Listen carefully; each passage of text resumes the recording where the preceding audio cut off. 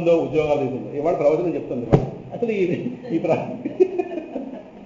ఎన్నో ఎన్నో ఎన్నో ఎన్నో పిచ్చి కాకపోతే ఏంటంటే ఇవాళ అసలు ముకుందమాల చెప్పే స్థితి, అసలు ముకుందమాల ఎప్పుడు ప్రవేశించిన జీవితంలో ఎక్కడి నుంచి వచ్చే ఆలోచన ఏమో, కానీ ఈ దేహం ఏమనుకుంది, ఎన్నో అవ్వాలనుకుంది, ఆశల ఆశల ఆశల ఊబి కదా. కానీ కూడా వేదాంతం ప్రవచనం చేస్తున్నాం, ఎలా వచ్చింది స్థితి? అందువల్ల పూర్వ కర్మానురూపం, నువ్వు నా కర్మఫల ప్రదాతగా ఏది ఇవ్వాలో కర్తురాజేయ ప్రాప్యతే ఫలం కర్మ కింపరం కర్మ కల్ప. నీ ఎందుకు భక్తి చేయడం అనుకో, నువ్వు కర్మఫలంగా ఇవ్వాల్సింది ఎవడో మానేస్తావా? అందువల్ల ఎలా అవసరం జరుగుతుంది. దాన్ని దెంగపడకు, ముకుందా దెంగపడ. ఈయన గారు ఆయన విధంగా ఆపుతున్నాడు, అది గొప్పతనం. రావాలి జరగాలిగా, నీకు రోజు జరగాలిగా అంటే ఈయన గారికి ఏమాత్రం వేదాంత స్పష్టత ఉందో ఆయన చూస్తున్నాడు. ఒక సంవాదంగా చూడాలి. అంటే ఆయన ఫీల్ అవుతాడు దేని గురించి, ఈ వద్దంటావేంటి, ఏమవుతుంది రోజు ఎలా గడుస్తుంది అంటే అంటే ఈ మాట చెప్పాడు. నేను ఏం కావాలో అడుగుతున్నాను విను. ఏతత్ ప్రాప్యం మమ బహుమతం జన్మ జన్మాంతరేపి త్వత్ పాదాంభోరుహ యుగగత నిశ్చలా భక్తి అస్తు. అస్తు త్వత్ పాదాంభోరుహ ఏతత్ ప్రాప్యం. ఇగో నేను కోరుకుంటున్నది ఇదే. నేను అనేక విధాలుగా నేను కోరుతున్నది ఏం తెలుస్తున్నా, నా చేత ప్రార్థింపబడుతున్నది, నా అభీష్టము బహుమతం. ఏతత్ ఇది ఏం తెలుసునా, నా అభీష్టం ఏంటంటే ప్రాప్యం. ఇగో నా ప్రార్థనకు విషయం ఏంటంటే దీనికోసం ప్రార్థిస్తున్నాను అనుకుంటున్నావేమో, జన్మ జన్మాంతరేపి, ఎన్ని జన్మలు వచ్చినా ఈ జన్మ లాభమని కండిషన్ పెట్టట్లేదు సుమా. కండిషనల్ డివోషన్ నువ్వు గమనించు. మరి ఏంటి అడుగుతావు? పాదాంభోరుహ యుగగత, నీ పాద పద్మముల యందు నిలచిన నిశ్చలమైన భక్తి భక్తి మే నాకు అస్తు, నీ వల్ల కలుగుతా. అంటే ప్రస్తుతం నీకు ఏముంది? చంచల భక్తి. నాకు కావాల్సిన నిశ్చల భక్తి. దీని ఏకాంత భక్తి అంటే మరొక దానితో కొలవకుండా, మరొక దానితో దీన్ని వెలకట్టకుండా, మరొక దానితో చేయకుండా, ఏ కల్మషం దీనిలోకి చేరకుండా నిర్మలమైన భక్తి, నిష్కపట భక్తి. నా గురించి నేను ఏం చూసుకుంటావా నీ ఇష్టం. నేను అడిగేది నేను చెప్పినట్టుగా నీతో అద్వయ స్థితి, నీతో స్పర్శ దూరం అవ్వకూడదు. Continuous touch of your lotus feet must be there. నీ పాదపద్మములకు నిరంతర స్పర్శ నాతో ఎప్పుడు ఉంటాను. కాబట్టి అది కూడా తెలుసులేదు, నీ బాధంగానే చేస్తుంది. అదే అవిస్మృతి ప్రత్యరణార్థం. ఇక పుట్టడం అంటావా? అస్పృహగానే పుడతాను అంతే, ఏం నష్టం. ప్రహ్లాదు పుట్టలేదా? గర్భంలో ఉండగానే మొత్తం ఏ జ్ఞానం పొందాలో జ్ఞానం పొంది పుట్టాడు. ఆ ప్రపంచం ఏం చేయగలిగింది? దాసోహమైంది ప్రపంచం. అలా పుడతాం, నష్టం నీ పని మీద వస్తాం. ఇప్పుడు ఏదో ఈ ఆఫీస్కి, ఏదో ఆఫీస్ నుంచి ఎవరో ఏదో పని మీద వస్తాడన్న డ్రెస్సింగ్ కార్పొరేషన్ విశాఖపట్నం బ్రాంచ్కి, ఏదో అక్కడ నుంచి కొచ్చిన్ బ్రాంచ్ నుంచి ఒక ఆయన 4 రోజులు పడి పనిచేయడానికి వస్తాడు. ఆయన ఇక్కడ ఎంప్లాయీ కాదు, అక్కడ వాడు ఇక్కడ వీళ్ళతో పనిచేయడానికి ఏదో పని మీద వచ్చాడు. ఆయన 4 రోజులు వెళ్తున్నాడు అంతే. ఆయనకి విశాఖపట్నంలో మోహం ఉండదు, ఆయనకి ఏమి లేదు. విశాఖపట్నం అంత కాదు, 4 రోజులు. ఆ 4 రోజులు వాళ్ళ అవసరాలు ఆఫీస్ వాళ్ళు చూసుకుంటారు, ఆయన హోటల్ ఇస్తారు, భోజనం ఇస్తారు, అంటే ఇవన్నీ చూస్తాడు ఒకసారి అంతే. అయిపోయిన తర్వాత విశాఖపట్నంలో సంఘటన పెట్టుకోడు.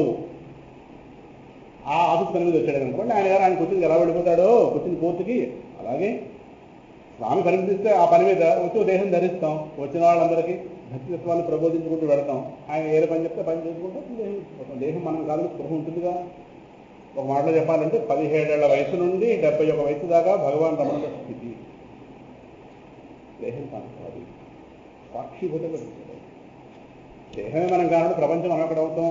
ఈ మాట గౌతమ బుద్ధుడు చెప్పింది. నాన్నగారు సామత కూడా ప్రవచనంలో చెప్పారు. దేహమే నువ్వు కానప్పుడు ప్రపంచంలో ఏది నువ్వు అవుతావు? సామత కూడా ప్రవచనంలో ఎప్పుడో 15 ఏళ్ళ క్రితం మాట. అందువల్ల ఏతత్ ప్రాప్యం మమ బహుమతం జన్మ జన్మాంతరేపి త్వత్ పాదాంభోరుహ యుగగత. పాదద్వంద్వము యందు నిశ్చలా భక్తి అస్తు. నిశ్చలమైన భక్తి నాకు కలుగుతారు. డిస్టర్బెన్స్ ఉండకూడదు భక్తిలో. భక్తి అంటే భగవంతుని మరువలేనితనమే భక్తి. భగవంతుని మరువలేనివాడు భక్తుడు, మరిస్తే జ్ఞాపకం చేసేది. పిల్లవాడి ఏడుపు ఈ అమ్మాయికి కాస్త, ఓహో నేను తల్లిని, వీడు నా పిల్లవాడైనా ఏడుపు ఎలా జ్ఞాపకం చేస్తుందో, భక్తుడికి భక్తి భగవంతుని జ్ఞాపకం చేస్తుంది. భక్తి పడుకోనివ్వదు, భక్తి కూర్చోనివ్వదు, నిలబడినివ్వదు. పానీయములు త్రావుచుని కూర్చున్నాడు అంటే అర్థం.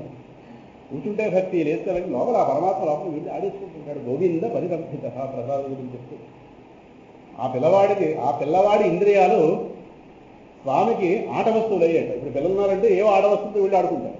మరి స్వామికి ఆట వస్తువులు ఎవరు? ఆయన ఆడుకోడా?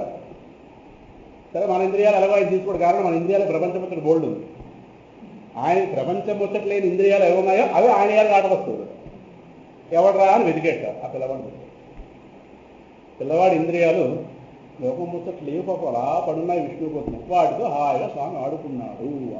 గోవింద పరిగంసిత నాను సంధత్త ఏతాని గోవింద పరిగంసిత వాసుదేవే భగవతి యస్య నైసర్గికీ రతి న్యస్త క్రీడనకోబాలో జడవత్తన్ మనస్తయ కృష్ణగ్రహ గృహీతాత్మ. ఎక్కడ పోతారా పిల్లడా? ప్రపంచంలో ఆడడానికి చాలా మంది ఉన్నారు, నాతో ఆడడానికి నువ్వే ఉన్నావు. కృష్ణగ్రహ, రాహుగ్రహ, కేతుగ్రహం మనకు ఎలా తెలుసు? ఈ పిల్లవాడిని కృష్ణుడనే గ్రహం పట్టేశాడు. కృష్ణగ్రహ గృహీతాత్మ. ఆ పిల్లవాడికి జగత్ ఏమిటో తెలియటం లేదు. నెక్స్ట్ క్రీడనకోబాలు, ఆటలు విడిచిపెట్టేశాడు, పాటలు విడిచిపెట్టేశాడు, ప్రపంచ ధ్యాస విడిచిపెట్టేశాడు. ఓ గ్రహం పడుతుంది పిల్లలు. నవేద జగదీ దృశ్యం. ఈ ప్రపంచం ఏమిటో అర్థం కావటం. ఆ పిల్లడికి ఉన్నటువంటి పిచ్చి మనం జెంట్లీమెన్, మన దూరం ఉన్నాం. ఇలాంటి పిచ్చి వాళ్ళతో చేరకూడదు. ఏతత్ ప్రార్థ్యం మమ బహుమతం జన్మ జన్మాంతరేపి తత్ పాదాంభోరుహ యుగతా నిశ్చలా భక్తి అస్తు. ఇటువంటి నిశ్చల భక్తి మనందరికీ తథాస్తు కలుగుతాక. ఈ దేహంలో ఉండగానే కలగాలి, ఇప్పుడే కలగాలి. మనకు మోక్షం ఎప్పట్లో కావాలో తర్వాత శ్లోకంలో కదా తర్వాత శ్లోకంలో ఆయన చెప్తాడు. గావలా పెడతాడు అది చెప్పి మనం కంగారు పడద్దు. మన నిదానంగా ఉన్నాం, అది ఆయన పోలదు. మోక్షం ఎప్పుడు కావాలి? ఇప్పుడు పాము ఇక్కడ పడితే ఎంతసేపట్లో పరిగెట్టాలి? దీనికి ఒక ప్రశ్న వేసి, ఓ పాము ఇక్కడ పడితే ఎంతసేపట్లో పరిగెట్టాలి ఇక్కడి నుంచి? ఇది ఆ సమయంలో క్విజ్. ఇది పాము ఇక్కడ పడి ఉంటుంది. నీ క్విజ్ నువ్వు చెప్పుకోని చెప్పి ఎవరు ఇక్కడ మిగలరు. ఖాళీ కొట్టి ఎవరు ఎలా బయటకు వెళ్తారో తెలియదు. ఉత్తప్పుడు మేము అరుణాచలం చూస్తుంటే మామూలప్పుడు నడవలేని వాళ్ళు కూడా ట్రైన్ ప్లాట్ఫామ్ మార్చగానే 1.5 నిమిషంలో మొత్తం ప్లాట్ఫామ్ అట్టించి వచ్చారు. ఎంతమంది? ఇది ఉత్తప్పుడు నడవలేని వాళ్ళు, పెట్టి పట్టుకోలేని వాళ్ళు, భుజం మీద చేయవలసిన వాళ్ళు. ఎవరు ఎలా వచ్చారో తెలియదు. హ్యాండిక్యాప్లు అందరూ ఉన్నారు. ఎవరు ఎలా వచ్చారో తెలియదు. సడన్గా ప్లాట్ఫామ్ మార్చాడు. ఆ మార్చడంలో మరి ఒక్కసారి సినిమాల్లో లాగా అట్టించి ఎక్కడ వచ్చినట్టుగా ఫ్లైఓవర్ ఎక్కి దిగిపోయాడు. విలుపురం ఎలా వచ్చాం? అందువల్ల ఎంత ప్రమాదంలో ఉన్నా అర్థమైతే ఇప్పుడు కిటికీ నుంచి ఇలా వచ్చాడు. అమ్మ గంటరమా ఎత్తుకి ఎంతలేనానండి ఇప్పుడు ఆ మాట చెప్తాడు. ఎంత ప్రమాదంలో తనకు అర్థమైంది. తనకు ఏం కావాలో వెంటనే అడుగుతాడు. నెక్స్ట్ శ్లోకంగా నెక్స్ట్ శ్లోకం అని చెప్పి ఇక్కడ కండిషన్స్ పెట్టిన తర్వాత కృష్ణ ఇంకో మాట కూడా చెప్తాను. ఇందాకలా నరకమాపం మనం స్వర్గం పొందాలనో నరకమాపం మనం అడగలేదు కదా. ఇప్పుడైనా ఉంటాడు చాలా తెగించి చెప్తున్నాడు ఈ శ్లోకం. ఇంత తెగించిన వాడు తర్వాత శ్లోకంలో డౌన్ అయిపోయింది. ఏంటనుకుంటా నా సంగతి? దివివా భువివా మమాస్తు వాసః నరకేవా నరకాంతక ప్రకామం అవధీరిత శారదారవిందౌ చరణౌ తే మరణేపి చింతయామి.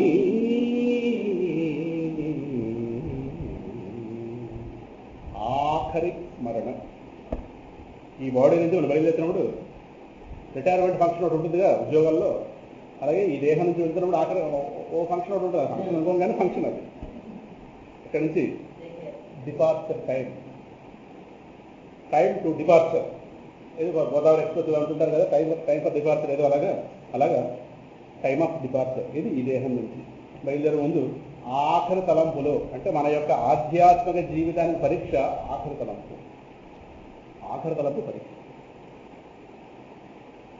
అంటే ఇప్పుడు పరీక్ష పడ్డా అంటే అక్కడ ఆ ఫైనల్ పరీక్ష. ఈ లోపు పెడుతుంటాడు యూనిట్లు, హాఫ్ ఇయర్లీ, క్వార్టర్లీ. అక్కడ మాత్రం జరుగుతుంది. అంటే మనం నిగ్గుతామా లేదా, ఈ లోపు మన గొప్ప మనం చెప్పుకోవచ్చు. చాలా చేస్తాం. ఇవన్నీ అక్కడ జరుగుతాయి. ఆఖరి తలంపులో పరమాత్మ వస్తాడా లేదా? ఈ మహాత్ముడు అడుగు ముందుకెళ్ళాడు. ఎంతవరకు సామాన్యం కనిపిస్తున్నాడు. ఇప్పుడు చాలా దివివా భువివా నరకేవా స్వామికి సంబోధన చేశాడు. నరకాంతక. ఆ సంబోధన చేయడంలో ఒక అర్థం ఉంది. నువ్వు ఆనా నరకాసురుని చంపో బాగానే ఉంది. నరకుడు నరకాసురుని చెప్పి నరకాంతగా బిరుదు పొందావు. ఆ రోజు చేసిన పని ఈ రోజు నా విషయంలో చేయవలసింది. మళ్ళీ ఆనాడు నరకుడు అనేక మంది రాచకన్యలను బలవంతంగా తీసుకొచ్చి జైల్లో పెట్టి బంధించాడు. ఈయన గారు కాస్త సత్యభామతో కూడి వెళ్ళి ఆయన చంపి ఆ 16,000 మంది గోపికలు కాదు వాళ్ళు, నరకాసుడు చేత బంధింపబడి రాచకన్యలు వీళ్ళందరూ. దిక్కుమాల వాళ్ళు 16,000 మంది గోపికలు, 16,000 మంది గోపికలు. గోపికలు 16,000 మంది కాదు, 3 కోట్ల మంది గోపికలు. బ్రహ్మవైవర్త పురాణంలో ఉంది. 3 కోట్ల మంది రాసలీలలో పాల్గొన్నారు. 3 కోట్ల మంది భూమి పడతారా బృందావనంలో చెప్పుకుందాం. అందులో రాసలీల ఈ భూమికి సంబంధించిన భూమిక కాదు, అది దివ్య భూమిక. రాసలీల జరగబోయే వేళకి గోలోక బృందావనం ఈ భూలోకంలోకి దిగింది. పెద్ద ప్లాట్ఫామ్ తయారైంది అక్కడ, గోలోక బృందావన భూమి. ఆ భూమి ఈ భూమి కలిసిపోయి గోలోక బృందావనం భూలోకం రెండు కలిసి ఒక చక్కటి వేదిక తయారైతే దానిలో 3 కోట్ల మంది గోపికలు, 3 కోట్ల మంది కృష్ణ పరమాత్మలుగా ఈయన మారితే మొత్తం 6 కోట్ల మంది వేస్తే దేవతలు మొత్తం విమానాలతో పైన నిలబడి వీక్షిస్తే అది రాసలీల. అందులో 5-6 వర్గాల రకాల గోపికలు ఉన్నారు. ఋషిరూప గోపికలు, శృతిరూప గోపికలు, ఉపనిషద్ రూప గోపికలు, మంత్రరూప గోపికలు.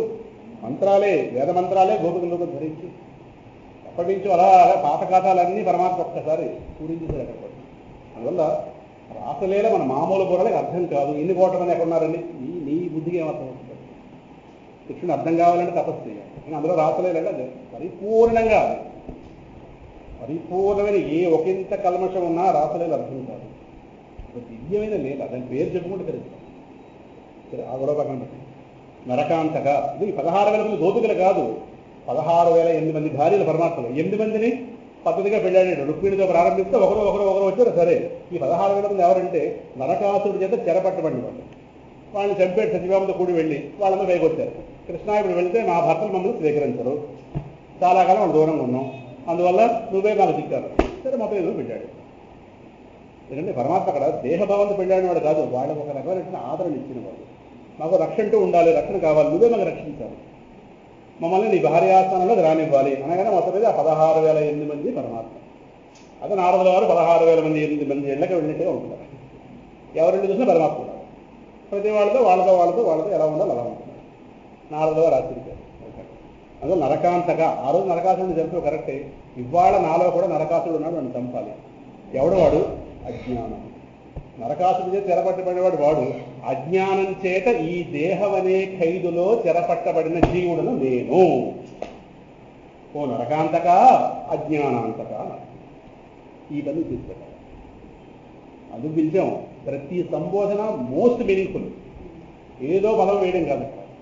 ఆయన గారు చేయవలసిన పని ఆ నామంతో చెప్తాడు. చెప్తాను నేను. దివివా భూమివా నరకేవా మమ అస్తు వాస, మమ వాస అస్తు. నేను ఇక మీదట స్వర్గంలో ఉంటానా? ఉంటే ఉండి. భూలోకంలో మళ్ళీ వస్తానంటావా? వస్తే రాని. నరకేవా, నరకంలో పోతానంట, పోతే పోతా. మమ అస్తు మమ ప్రకామం అస్తు వాస, నా యొక్క తేజస్సు అంటే నేను ఎక్కడికి వెళ్ళినా 3 కదా ఉన్నాయి, ఊర్ధ్వలోకాలు, అధోలోకాలు. నేను ఇక్కడి నుంచి వెళ్ళాక ఎక్కడికి వెళ్ళినా నా నష్టం లేదు. ఇది ఏం చేస్తాను తెలిసినా కృష్ణ ఛాలెంజ్, కృష్ణుడు ఒక ఛాలెంజ్ చూస్తున్నాడు ఇటు నుంచి. అవధీరిత శారదార విందౌ చరణౌ తే నీ యొక్క శారదార విందౌ అవధీరిత చరణౌ. శరత్కాలంలో ఉండేటటువంటి తామర పువ్వుల యొక్క అందాన్ని కూడా అవధీరిత, ఎగరగొట్టిన. అంటే శరత్కాలంలో ఉన్నటువంటి తామర పువ్వుల యొక్క అందాన్ని కూడా త్రోసిపుచ్చేటటువంటి అందం కలిగినటువంటి నీ చరణాలని మరణే అపి, మరణ సమయంలో కూడా చింతయామి, స్మరించి తీరుతాను. ఎప్పుడు మరణం? ఏ లోకంలో వస్తే ఆ లోకం. మరణే అపి, అపిన వరందరైపోతుంది. మరణ సమయంలో కూడా చింతిస్తాను. దేన్ని? తే చరణవు, నీ యొక్క చరణాలు. ఏంటి నీ చరణాలు? శారదార విందౌ అవధీరిత. ఎందుకంటే తామరపువ్వుకు అందం ఎప్పుడు ఉంటుందంటే శరదృతువులో ఉంటుంది. దాని ముందు వర్ష ఋతువు. వర్ష ఋతువులో మొత్తం బురద, ఈ బురద అంతా తామరపువ్వుల మీద పడిపోతుంది, తామరపువ్వు కలిగింది. శరదృతువు రాగానే, అంటే మనం వెళ్ళింది కదా శరదృతువు అంటే హేమంత ఋతువు. శరదృతువు రాగానే బురద విరుగుతుంది నీళ్ళలో, వర్షాలు ఆగుతాయి, బురద విరగగానే తామరపువ్వు పెడతాం. శరత్కాలంలో తామరపువ్వు అందరూ ఇంత అంటారు. ప్రకృతిలో అందాన్ని పోల్చాలంటే పున్నమి చంద్రుడు, శరత్ పద్మం. మరి అటువంటి శరత్ పద్మాన్ని కూడా తోసిపుచ్చింది ఎవరు? నీ పాద. ఈయన చెప్పడానికి ఈ ధైర్యం ఎక్కడి నుంచి వచ్చింది? మా గోపికలు చెప్పారు. ఎక్కడ? గోపిక చెప్పండి. శరదు దాసయే సాధుజాత సత్సరసిజోదరా శ్రీముషాభృశ సురతనాథకే అశుల్కదాసికా వరద నిఘ్నత నేహ కింవథ. ఏమిట్రవాకి జావకృష్ణ నీతో నువ్వు పిలిచేవని వచ్చావు అంత ప్రధానంగా శరత్ ఉదాసయే సాధుజాత సరసిజోదర శ్రీముఖ. ఇప్పటిదాకా నువ్వు పుట్టినంత వరకు శరదృతువులో ఉన్న పద్మం కాస్త అహంకరించింది, నేనే అందగత్తిన ప్రపంచంలో. నువ్వు పుట్టాక నీ మొహం చూసిన తర్వాత నేను రానులండి కంటెస్టెంట్ అందాల పొడి బయలుదేరింది. ఎవరు? శరత్కాలం తామర పువ్వు. నువ్వెందుకు బయలుదేరేవే అన్నారు. నేను బయలుదేరి నేనే అందగా అందగత్తి. అక్కడ గోకులంలో పుట్టేడు వాడు మొహం ఎప్పుడు చూసావా? ఇప్పుడు మొహం వద్దులే, పాపం చూసావా? చూస్తే నువ్వు ఇంకెప్పుడు ఈ అందాల పోటీకి వెళ్ళవు. శరత్ ఉదాసయే చక్కగా వికసించినటువంటి శరత్కాలంలో చక్కగా వికసించినటువంటి చక్క తామరపువ్వు ఉంది. ఆ తామరపువ్వు అందం అంతా మధ్యలో ఆ బొడ్డు దగ్గర ఉంటుంది. ఆ కదలిక ఎర్రగా చుట్టూ ఉంది. దానిని కూడా చెదరగొట్టు, దానిని కూడా తోసిపుచ్చిన అంటే నిన్ను చూడగానే అది కాస్త పక్క. సాధుజాత సత్ సరసిజోదర శ్రీముషాభృశ. దాని గర్వం మొత్తాన్ని పడగొట్టేవే పూర్తిగా నీ అందంతో. అటువంటి కృష్ణ ఇగో అడగకుండానే వచ్చావు నీ దగ్గరికి. మాకు నువ్వేమి జీతం ఇవ్వక్కలేదురా, నీ సేవ చేసుకుంటావు. అశుల్క దాసిక. శుల్కం అంటే కట్నం వడ్డించింది. అశుల్కం అంటే నువ్వు మాకు ఇవ్వక్కలేదు, నీ దగ్గర సేవ చేయని, ఉచితంగా సేవ చేస్తామని వస్తే రమ్మన్న వచ్చిన తర్వాత వరదా వరాలిచ్చే అలవాటు ఉన్నవాడా నిఘ్నత నేహ కింవథ. ఏమిటి మాకు బలవంతం చావు వదిలించిపోయావు. ఇళ్ళకే వెళ్ళలేము, ఇక నీకోసం వెతకలేము. నేహ కింవథ, ఈ చావేమిటి? ఇప్పుడు సరస్సే నీరే చేపను బయటకు విసిరిస్తుంది అనుకోండి. చేప ఏముంటుంది? ఎవరో ఏదో చేస్తే వేటగాడు నన్ను పైకి లాగితే అర్థం ఉంది, కానీ నువ్వే నన్ను బయటకు తీసుకొస్తుంది నాకేంటి వధ అని అడగదా? ఇదే అడిగే తర్వాత కనుక శారదార విందవు అవధీరిత తే చరణవు మరణే అపి చింతయ. మరణ సమయంలో కూడా మరణే అపి, ఆ అపి అన్న పదాల జ్ఞాపకం పెట్టుకోండి. రేపు ఇక్కడి నుంచి ప్రారంభిస్తాం. మరణ సమయంలో కూడా చింతించి తీరుతాను. మరణ సమయంలో కూడా చింతించి తీరుతానంటే బ్రతికున్నంతకాలం చింతిస్తాను. బ్రతికున్నంతకాలం స్వర్గంలో పెడతావా నరకంలో పెడతావా ఏ దేహం రాని నీ స్మరణ ఆపను. అక్కడ ఆ దేహాన్ని డిపార్చర్, ఆ దేహం నుంచి డిపార్చర్ టైంలో కూడా నిన్ను స్మరించి తీరుతాను. ఎవరు? నీ పాదాలని. నిజమా? కులశేఖర నీకు ఏం డౌటు? గ్యారెంటీ ఎలాగా రేపు చెప్తాను. ఇక్కడ అంత్యకాల స్మరణ ఏంటో చెప్తాను నీకు. ఎందుకంటే ఇంతవరకు నిరంతర స్మరణ అడిగా మళ్ళీ చివరిదాకా ఎందుకు వెళ్ళిపోయావు? ఎందుకు వెళ్ళానంటే జీవితాంతకాలం నేను చేసే స్మరణకి పరీక్ష ఎక్కడ? అంత్యకాల స్మరణ. నాకు తెలుసు ఆ విషయం. నేను ఎక్కడ చెప్పాను నీకు? భగవద్గీత 8వ అధ్యాయం 5వ శ్లోకంలో చెప్పావుగా. ఈ మధ్య నేను శనివారం క్లాసులు గెలుస్తున్నాను కనుక నాకు తెలిసిపోయింది. కనుక అంత్యకాల స్మరణ, అంత్యకాలం నా పరీక్ష కనుక. ఇప్పుడు పరీక్షలో కూర్చోవాలంటే ఏడాది మొత్తం చదివితే నేను పరీక్షలో కూర్చోగలరు. అలా ఏడాది మొత్తం నీ స్మరణ చేస్తాను ఆపకుండా జీవితాంతం. చివరిలో ఆఖరి ప్రాణంలో కూడా నీ ఆఖరి ఊపిరిలో నీ స్మరణ ఉంటుంది. తప్పకుండా సుమా ఇది జరిగి తీరుతుంది. సరేనా? రేపు నీకు ఆ వివరణ అంతా ఇస్తాను కృష్ణ. Wait for 22 hours. రాబోయే రోజు మళ్ళీ 10 గంటల 40 నిమిషాలు కలుగుతాం. ఆఖరి స్మరణ ఇంత ఛాలెంజ్ చేసిన వాడు నెక్స్ట్ లోపల డౌన్. ఏదో అన్నాను కానీ కృష్ణ ఎలా స్మరించగలను అనుకున్నావు? ఎందుకు స్మరించలేవు? చాలా సమస్యలు ఉన్నాయి. నేను చెప్తాను అదే. ఇప్పుడు చెప్పిన ఇంత పట్టబడి స్వస్తి ప్రజాభ్యః పరిపాలయంతాం న్యాయేన మార్గేణ మహీమహీషాః గోబ్రాహ్మణేభ్యః శుభమస్తు నిత్యం లోకాః సమస్తాః సుఖినో భవంతు. వాళ్ళు చాలా మంది పిల్లలు విచ్చేశారు. ఆ పిల్లలందరికీ కూడా కృతజ్ఞతలు. రమణి ఆదివారం